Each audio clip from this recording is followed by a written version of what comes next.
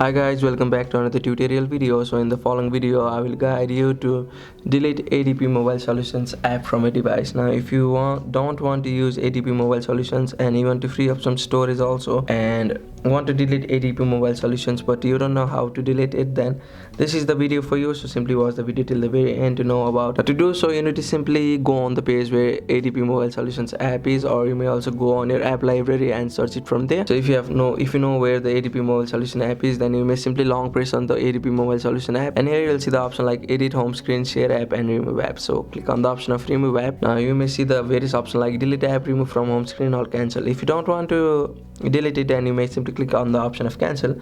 If you want to remove it from home screen, then click on the option of remove from home screen, but if you want to delete it permanently, then click on the option of delete app. So after doing that, a pop-up will come saying delete ADP mobile. So click on the option of delete, which is highlighted in red. So after doing that, as you can see on the screen, that the app has already been deleted. So that's it. Thank you for watching the video. Please don't forget to like the video and subscribe to our channel. Thank you.